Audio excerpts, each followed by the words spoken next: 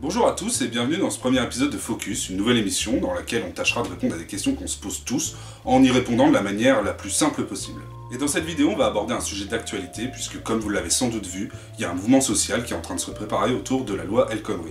On vous encourage d'ailleurs à continuer de vous mobiliser sur les réseaux sociaux notamment autour du hashtag On vaut mieux que ça. Et il y a fort à parier que dans les jours qui viennent ou dans les semaines qui viennent, on entend beaucoup parler de grève. Mais au juste, c'est quoi la grève ? Donc la grève, c'est quoi? Si je pense que beaucoup sont déjà familiarisés au concept, parce qu'au final c'est pas très compliqué à comprendre, beaucoup d'autres ont certainement une vision très erronée de ce qu'est la grève, de ses modes de fonctionnement, de son utilité. Et ce parce que les médias ont depuis des années fait un travail énorme pour caricaturer et discréditer les mouvements sociaux, les syndicats, les manifs et jusqu'au droit de grève. Si on les écoute, la grève c'est un truc de gueulard, jamais content, attaché à des modèles dépassés qui vont régulièrement foutre le bordel dans la rue pour pas grand chose en fait. En gros, les manifs, ce serait le carnaval rituel des beaufs, grognons, has-been du pays. Pire, les grévistes peuvent devenir une nouvelle fois aux yeux des médias de dangereux et violents personnages. Ils séquestrent des patrons, lynchent des DRH en chemisette, prennent en otage des usagers du RER, etc., etc. Les mots sont forts et sont pas utilisés pour rien. Bon, bien sûr, vous vous doutez que ça, c'est pas vraiment la réalité, c'est une version déformée de la réalité dans un but précis.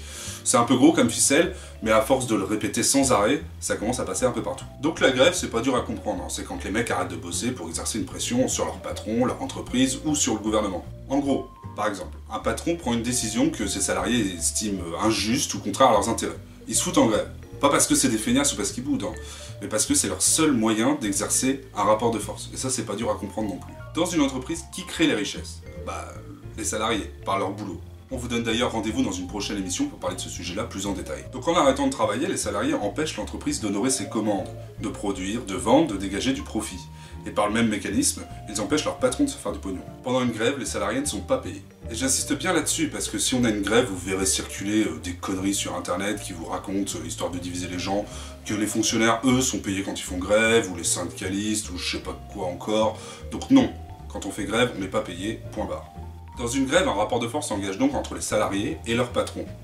C'est en gros le jeu de qui tiendra le plus longtemps sans gagner de thunes. Et quand à la place d'un patron on a l'État, ça marche globalement pareil. Les gens font grève un peu partout, ça bloque l'économie et un rapport de force s'engage. La grève c'est donc avant tout un moyen d'exercer un rapport de force. Quand il y a une négociation sur un truc et que pour un oui ou pour un non ça cloche, les deux camps ont des outils et s'en servent. Donc un gouvernement par exemple peut utiliser les flics ou les médias, et nous, de notre côté, on a la grève. D'ailleurs, comme tout outil, la grève n'est ni bien ni mal, c'est juste quelque chose qu'il faut savoir utiliser à bon escient dans une situation donnée. Mais en tout cas, c'est pas un truc archaïque, ça c'est justement un argument du camp d'en face. Un argument assez fallacieux d'ailleurs, même si bon, ok, c'est le jeu. Donc voilà, vous l'aurez compris, dans les semaines à venir, on va certainement avoir des grèves. Bon, même si le projet de loi est vraiment merdique, on sait très bien que faire la grève, c'est pas toujours évident.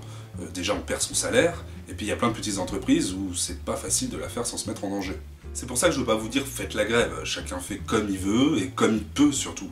Mais s'il vous plaît, informez-vous, parlez-en autour de vous et essayez de voir si vous avez envie de bouger, ce qui est possible de faire à votre niveau.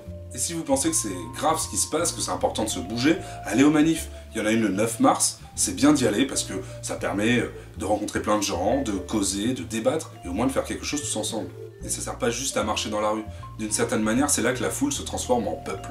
Et si vous êtes lycéen ou étudiant, bon évidemment la grève ça marche pas pareil, mais il va se passer plein de trucs, et on vous encourage à y aller parce que de toute façon avec cette loi-là, vous allez trinquer aussi. Et ici sur internet, continuez à utiliser le hashtag On vaut mieux que ça pour nous envoyer vos témoignages, vos photos, c'est important. Voilà, j'espère que cette première vidéo de Focus vous a plu, partagez-la largement, nous on se retrouve très vite et d'ici là n'oubliez pas que vous valez mieux que le monde qu'on vous propose.